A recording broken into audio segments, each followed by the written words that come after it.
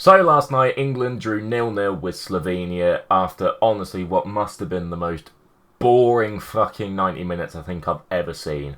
Obviously, right, we'll start with pros, yeah? And then we're going to go on a little run about how fucking clueless Gareth Southgate is. Firstly, we've topped the group, yeah? Awesome, fantastic. 5 points, probably going to get the Dutch in the next round, which honestly, they don't look that great either. So, fingers crossed we can get through that. So yeah, all happy days there. But fucking hell, we got away with the fact that Denmark and Serbia drew. Because if that result changes, if Denmark nick a goal, we're on the side of the group with who? Fucking Spain, Portugal, Germany, all the fucking big dons are actually playing football properly. Yeah, actually trying to fucking attack and not play this pragmatic bullshit that fucking Southgate's throwing out every bloody game. We'd be up shit's creek without a paddle. We'd be absolutely screwed. But luckily, we're not there, which is great because we did. I mean, it's not like we scraped the points. Slovenia did nothing for the last hour of the game, which I get it. They knew that a point would get them safety. They played 4-4-2, two strikers just track and back, working hard, and it worked brilliantly for them. Fantastic, honestly, like thoroughly deserved from their perspective.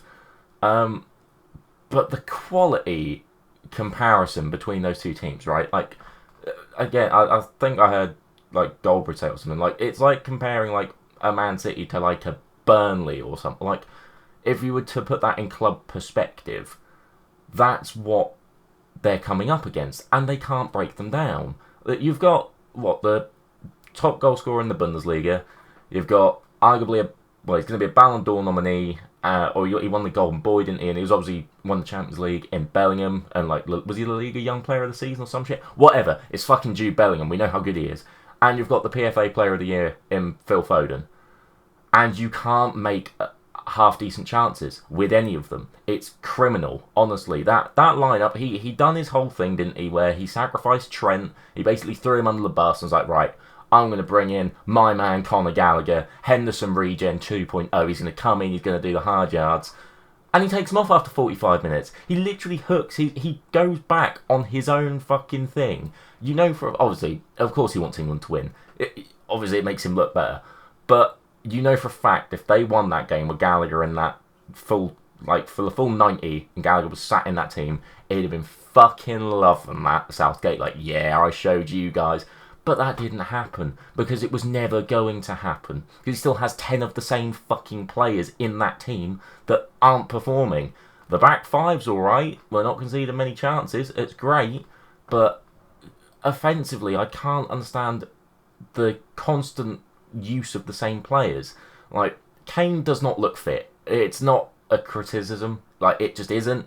Again, he scores a fuck ton of goals, he's clearly good, but he doesn't look fit, and he doesn't press. And that's obviously what Southgate's instilled in all of them, is to not press and not be on the front foot. Kane pressed once in that game, in like the first 5 minutes, and I think England ended up with a throw in like in the final third. Like, it makes shit happen when you play this way. You can't. There's no point in sitting back from a team that don't want to attack you, right? Because nothing's gonna fucking happen. It's just gonna be a dead rubber, which is exactly what we got. And the substitutions he made, I can't grasp the timing behind them. So Manu comes on at half time, tries to freshen it up a little bit. Again, the team did look better with him in it than Gallagher. I will give him that. It was a step in the right direction.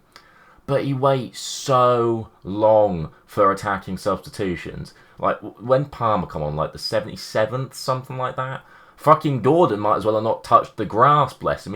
Had one pass? Like, he coming in like the 88th minute. It's pointless. You can't.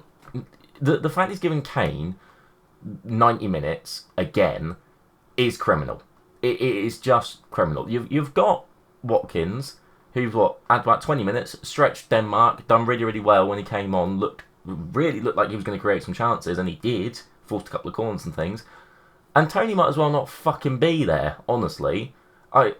It's just staggering, this constant use of the same player repetitively, especially when the team's not performing. And realistically, last night, if you really want to think about it, they were already qualified.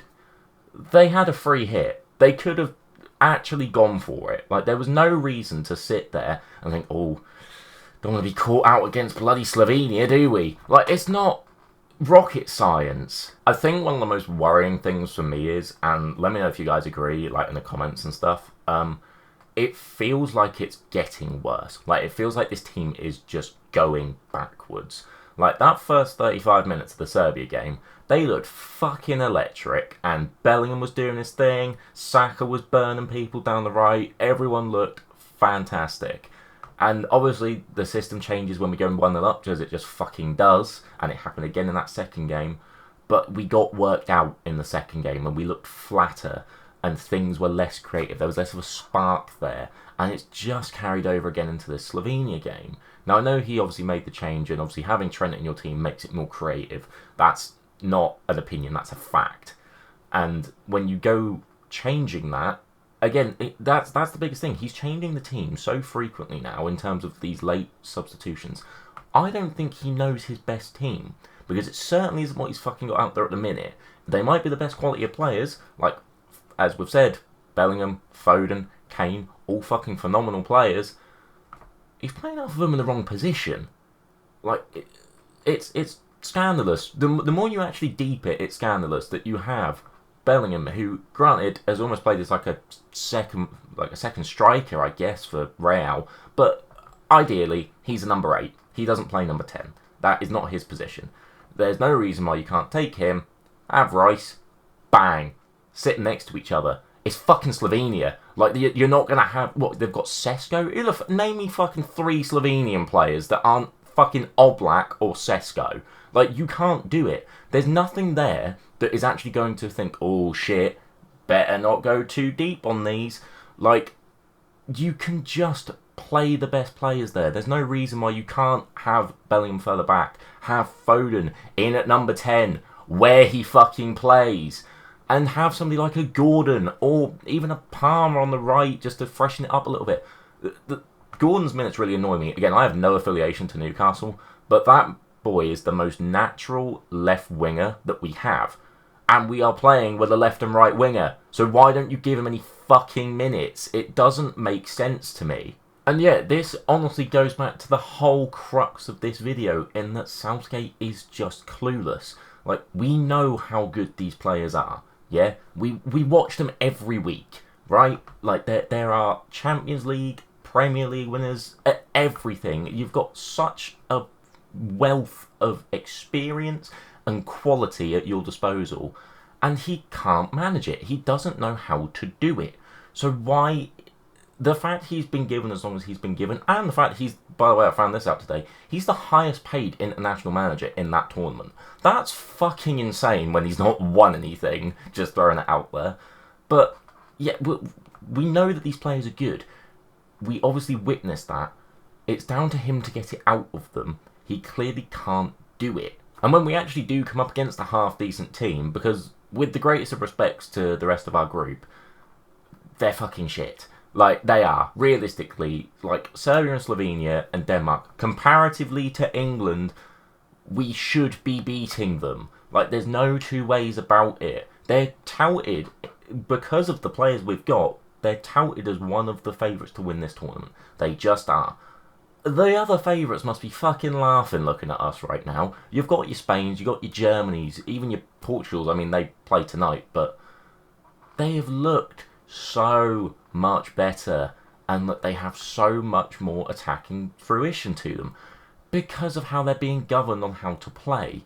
So, again, I can't harp on about this too much because it is just going to be me just whinging about him. But look, what do you guys think? If you are backing Southgate, honestly, I want whatever you're drinking. I respect it. Fair play. You guys do you.